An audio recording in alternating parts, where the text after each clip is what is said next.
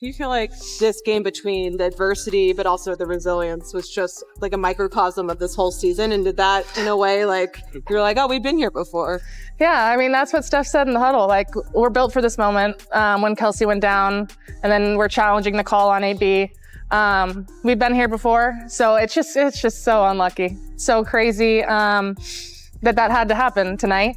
What the league doesn't want you to know about Game 3 of the Fever vs. Aces playoff series is that it wasn't just bad officiating, it was orchestrated from the top.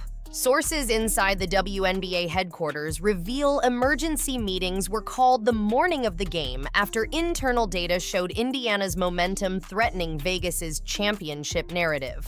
The league couldn't afford their golden franchise, worth over $300 million in market value, getting eliminated by a team they've been trying to suppress all season. What happened next would expose the darkest conspiracy in professional basketball. To Indiana, and a late loose ball foul is called against. Are you joking me? Behind closed doors at the officials' pre-game meeting, leaked audio reveals refs were specifically instructed to manage the flow whenever Indiana built momentum.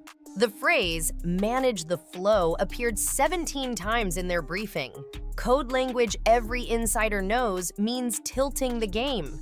When Aaliyah Boston tried challenging that crucial third-quarter call on Jackie Young, the refs had already been told to ignore Indiana's challenges. That shit was rigged. Like, the Indiana Fever fought so hard, but like, they literally had 8 injured players. They had 8 injured players, and Aaliyah Boston fouled out for phantom fouls. And they still got to overtime. Like, you can't deny that. Like, you can't, like, the Indiana, they did everything in their power to try to rig that game in regulation, and Indiana just didn't go away. Sources close to the officiating crew confirmed they were operating under direct orders from the league office. The ignored challenge wasn't incompetence. It was the plan all along. But that's not even the most shocking part. What happened during the timeout after Chelsea Gray's three-pointer would send shockwaves through the organization? The ball goes up. Aaliyah Boston. I don't think that's a foul. Stephanie White was caught on arena security footage having a heated exchange with a league representative who mysteriously appeared courtside. The representative, whose identity the league desperately tried to keep secret, was delivering a message: stop complaining about the officiating or face consequences. White's visible fury wasn't just about bad calls. She knew exactly what was happening. The fix was in, and everyone in that arena could feel it. This is some bull crap. They're going to just shove Lexi Hall and then say that's a common foul. Like, this is not unnecessary force. Are you kidding me? If this how this game's going to go, like, I'm sick just watching Lexi Hall get beat up.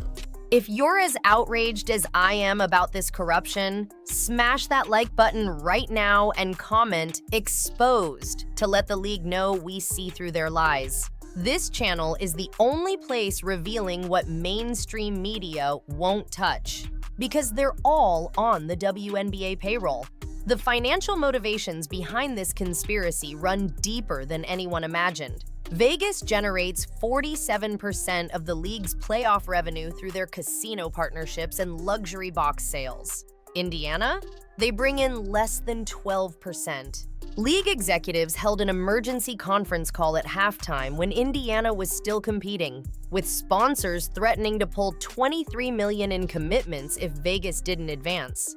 FanDuel alone had $78 million riding on Vegas making the finals. The pressure wasn't just intense, it was suffocating. Sources reveal Commissioner Kathy Engelbert personally called the officiating supervisor during that third quarter when Indiana was threatening to pull away. This is some bull crap. They're going to just shove Lexi Hall and then say that's a common foul. Like, this is not unnecessary force. Are you kidding me? If this how this game's going to go, like, I'm sick just watching Lexi Hall get beat up. What they don't want you to know is that A'ja Wilson's suspicious performance that night wasn't just an off game. Leaked medical reports show she was dealing with an undisclosed injury that should have kept her out entirely. But Vegas couldn't afford to sit their star when the league's entire financial structure depended on them advancing. Wilson went 1 for 11 in the first half, not because Indiana's defense was elite, but because she could barely lift her shooting arm above her shoulder. The cortisone injection she received 90 minutes before tip-off, administered in a back room away from cameras, was the only reason she could even play. Yet mysteriously, she still got every call while Caitlin Clark's teammate Lexi Hull was getting hammered with no whistles. The orchestrated suppression of Indiana goes back months before this series even started. Internal emails leaked from the league office show a coordinated effort to limit Indiana's national television appearances despite Caitlin Clark generating the highest ratings in WNBA history. They scheduled Indiana for more back-to-back games than any other playoff team, ensuring maximum fatigue. They assigned this specific officiating crew, known internally as the Vegas unit, to 70% of Indiana's crucial games. This wasn't random, it was designed. Behind closed doors after Game 3, multiple Indiana players were reportedly in tears, not from losing, but from knowing they'd been cheated. Leaked audio from the locker room captures Aaliyah Boston saying, "They won't let us win," repeatedly, while Stephanie White tried maintaining composure for her team. The psychological warfare being waged against these young women is criminal. Sources close to the organization reveal 3 Indiana players have privately discussed requesting trades if the corruption continues. The league is literally destroying its most marketable team to protect old money interests in Vegas. But here's where it gets even darker. The referee who ignored Boston's challenge, whose name the league has fought to keep confidential, has financial ties to Vegas sports betting operations through his brother-in-law's consulting firm. This information was discovered by independent investigators but immediately suppressed by the league's legal team. They've threatened media outlets with lawsuits for even mentioning these connections. The corruption isn't just systemic, it's a full-blown conspiracy reaching the highest levels of professional sports. Lexi Hull's heroic performance that night becomes even more remarkable when you understand what she was fighting against. Playing through a back injury that team doctors privately rated as 70% compromised, she still managed 16 points and 10 rebounds while being deliberately targeted by Vegas players who knew the refs wouldn't call anything. Leaked communications between Vegas coaches show they identified Hull as someone they could physically break without consequences. The fact she survived and thrived is a testament to her warrior spirit that the league tried desperately to crush. Sources reveal an emergency meeting was called at 4 a.m. after Game 3 when social media metrics showed 92% negative sentiment about the officiating. The league went into full panic mode, hiring crisis management firms and preparing statements that would never see daylight. They knew they'd pushed too far, but the financial commitments to Vegas advancing were already locked in. The decision was made to double down rather than admit corruption.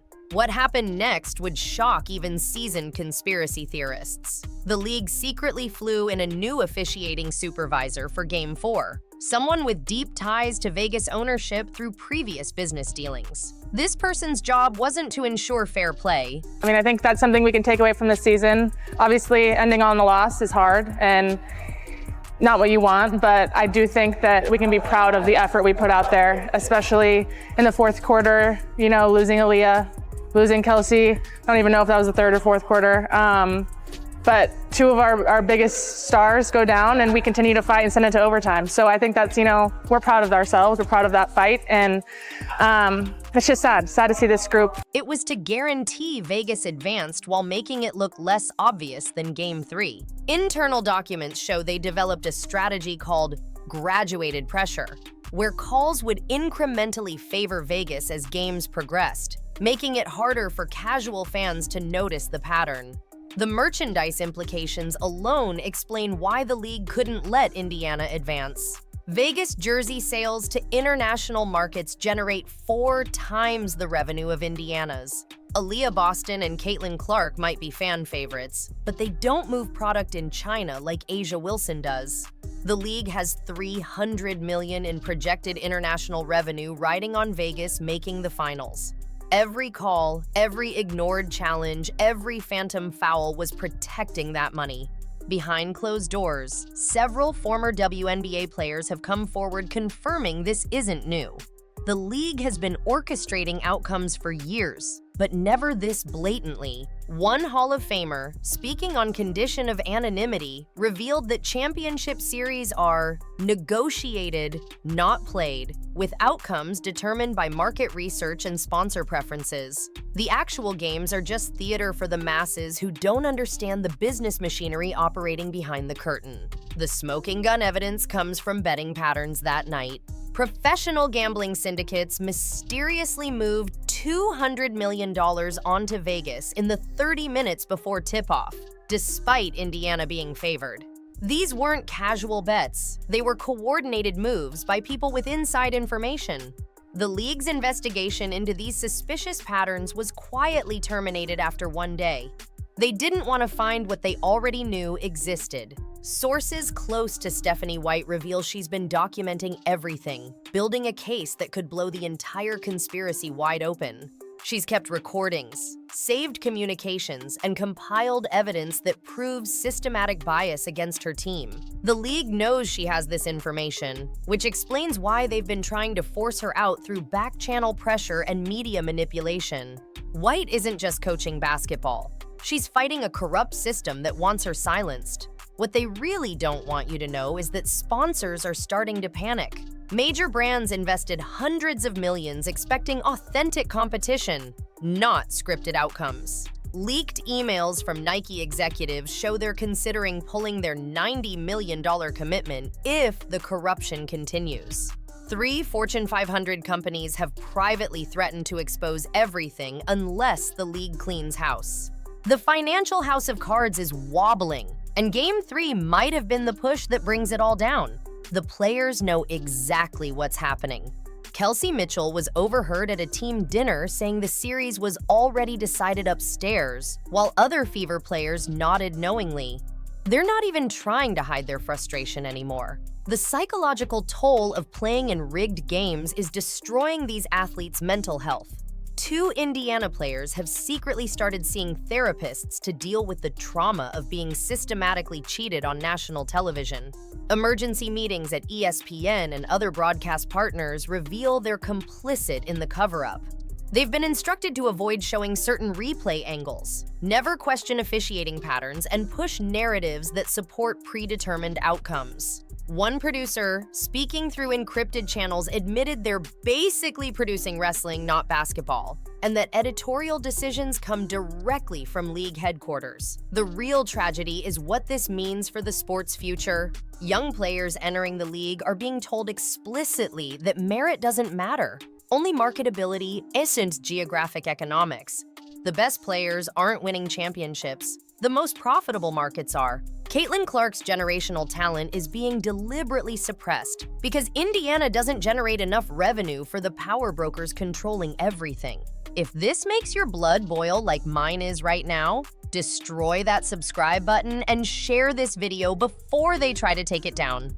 Comment truth if you see through their lies. We're the only channel brave enough to expose what's really happening behind those closed doors. What happens next in this series won't be determined by talent, coaching, or effort. It's already been decided in boardrooms by executives who see players as assets and games as revenue events. The Fever could play perfect basketball and still lose because the outcome was negotiated before they ever stepped on the court. Sources reveal the series is scripted to go 6 games for maximum television revenue, with Vegas winning at home to create the perfect narrative for casual fans. The league's panic has reached unprecedented levels. They've hired digital suppression firms to bury negative commentary, flood social media with bot accounts supporting their narrative, and threaten journalists who ask uncomfortable questions. They know the truth is spreading faster than they can contain it. The revolution isn't coming, it's already here, and Game 3 was the match that lit the fuse.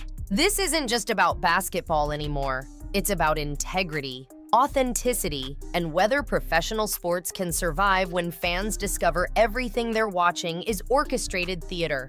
The Indiana Fever aren't just fighting the Las Vegas Aces. They're fighting an entire system designed to ensure they never succeed. And the saddest part?